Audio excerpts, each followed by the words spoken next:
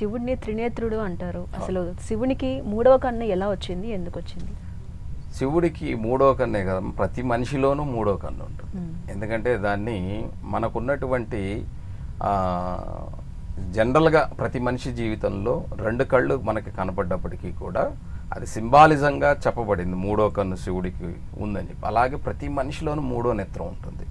ఆ మూడో నేత్రాన్ని మనం సాధించాలి అంటే అదే చెప్తుంది, కుండలిని శక్తి ఓపెన్ అవ్వటం ద్వారా మనం ఆధ్యాత్మిక తీరానికి వెళ్ళటం ద్వారా జ్ఞాన నేత్రం ఉంటుంది. దాన్ని ప్రతి మనిషికి జ్ఞానం అనే రెండు కళ్ళుతో పాటుగా మనకు ఒక జ్ఞానం ఉంటుంది. ఆ జ్ఞానాన్ని వికసింపజేసుకోవటమే మూడో నేత్రం. కాబట్టి అది సింబాలిజంగా చెప్పబడింది.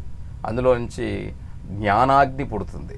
అగ్ని అనే చూపిస్తారు తప్ప అది జ్ఞానం అన్నిటినీ దహించి వేస్తుంది. మనకున్నటువంటి కష్టాలని సుఖాలని అన్నిటినీ జ్ఞానంగా, అంటే మనం తెలివిగా నడుచుకోవటం ద్వారా వాటన్నిటి నుంచి రక్షించబడతాం. కాబట్టి జ్ఞానం అనేటువంటిది అగ్నితో సమానమైనటువంటిది మనకి. కాబట్టి ఆయన నేత్రం అగ్ని నేత్రంగా చెప్పబడింది.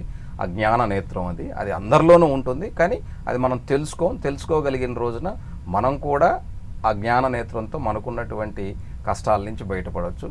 శివుడికే కాదు, ప్రతి ఒక్కరికి ఉంది. శివుని శిరస్సుపై నెలవంకని ఒక పక్క చూస్తాం, ఇంకో పక్క గంగామాతను చూస్తాం.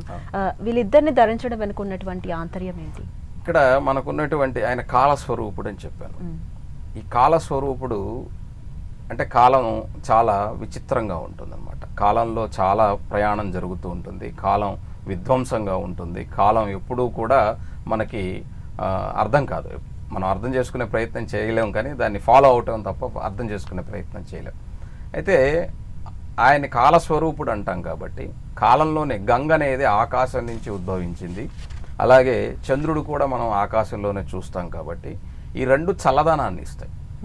ఆయన కాలకూట విషాన్ని మింగిన అంటే పాల సముద్రంలో ఆయన సముద్ర మదనం తర్వాత ఉద్భవించినటువంటి ఆలాహలాన్ని, కాలకూట విషాన్ని ఆయన కంఠంలో దాచాడు. కాబట్టి ఆయన ఎప్పుడూ కూడా లోకాల్ని చల్లగా ఉంచటం కోసం, ఎప్పుడూ చల్లగా ఉండటం కోసం నీరు చల్లదనాన్ని ఇస్తుంది, వెన్నెల చల్లదనాన్ని ఇస్తుంది.